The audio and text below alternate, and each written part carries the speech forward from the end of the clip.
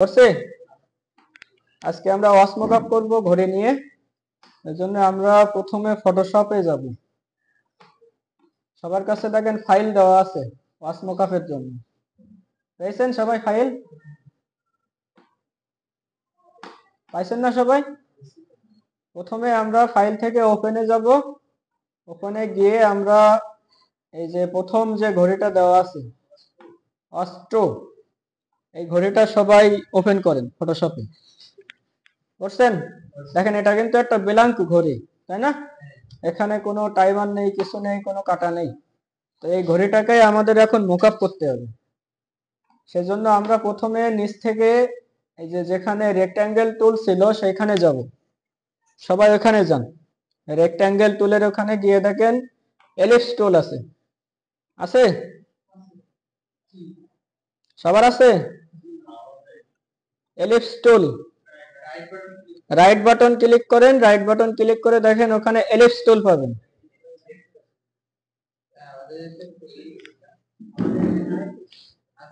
আছে, সবারই আছে, আমি দেখাই দিচ্ছি।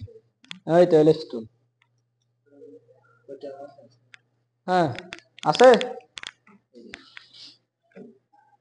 আচ্ছা, এলিপস টুলে ক্লিক করবেন। এলিপস টুলে ক্লিক করে প্রথম কাজ এই যে উপরে এখানে সবার কি শেপ আছে? এখানে কিন্তু পাত থাকলে হবে না। যদি পাত থাকে পাতকে চেঞ্জ করে সবাই কি করে নেবেন? শেপ। আর কালারের বিষয়টা এখানে সাইডে আছে ফিল কালার। ফিল কালারটা এখানে কালো বাদে যে কোনো কালার ব্যবহার করবেন। বুঝতে পারলাম?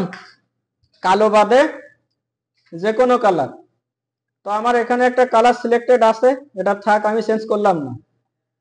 এরপরে এই বৃত্তের এই যে ঘড়ি, ঘড়ি একটা বৃত্ত না, এই বৃত্তের সমান করে আমি একটা বৃত্ত এর মধ্যে আঁকাবো।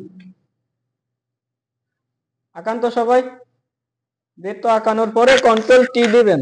কন্ট্রোল টি দিয়ে ওইটাকে ঘড়ির বৃত্তের সাথে অ্যাডজাস্ট করার চেষ্টা করবেন। ঘড়ির যে কালো অংশ আছে ওইটা যেন ঢেকে যায়।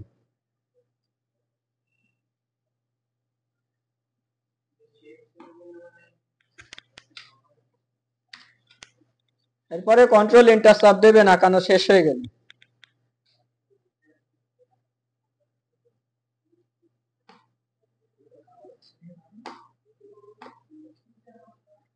সবার কি আঁকানো শেষ?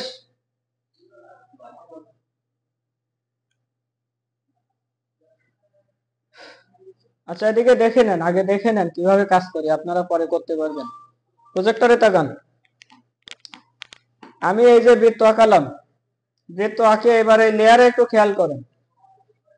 নিচের লেয়ারটা হচ্ছে আমার মূল ব্যাকগ্রাউন্ড, তাই না? নিচের লেয়ারটা কি মূল ব্যাকগ্রাউন্ড। আর ঠিক তার উপরে আমি আরেকটা বৃত্ত আঁকিয়েছি, এই যে এলিপস। তো এই এলিপস লেয়ারের উপরে আমি মাউসের রাইট বাটন ক্লিক করব।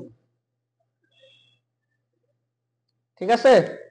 মাউসের রাইট বাটন ক্লিক করে আপনারা এখানে দিবেন কনভার্ট টু স্মার্ট অবজেক্ট, এই লেখাটাতে ক্লিক করে দেবেন। Convert to smart object. এরপরে দেখেন এই লেয়ারের এই কোনায় নিচে ছোট্ট কিছু একটা চিহ্ন আসছে, স্মার্ট অবজেক্টের একটা আইকন মতো আসছে ওখানে, স্মার্ট অবজেক্ট থাম্বনেল যেটাকে বলা হয়, আসছে।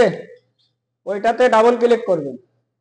ডাবল ক্লিক করলে দেখেন আমার আরেকটা উইন্ডো ওপেন হয়েছে, এরকম অটোমেটিক উইন্ডো ওপেন হবে। ঠিক আছে? এটাকে একটু জুম করে নিলেন। এবার আবার ফাইলে গিয়ে ওপেনে যাবেন।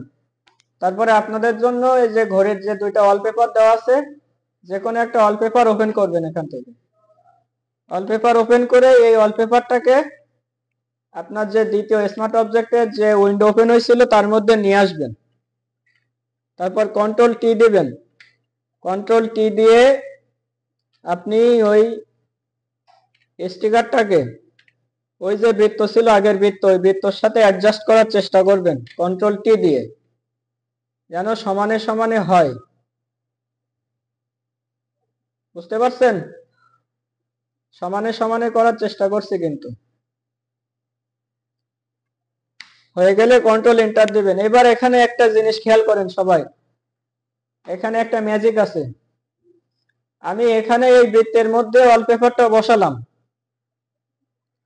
এখানে এই বৃত্তটা আছে, এখনো কোনো কিছু চেঞ্জ হয়নি, হয়েছে কি? এই বৃত্তের মধ্যে আমি যখন ওয়ালপেপারটা বসালাম, বসায় আমি যখন কিবোর্ড থেকে কন্ট্রোল এস চাপ দেব, কি চাপ দেব? Control S.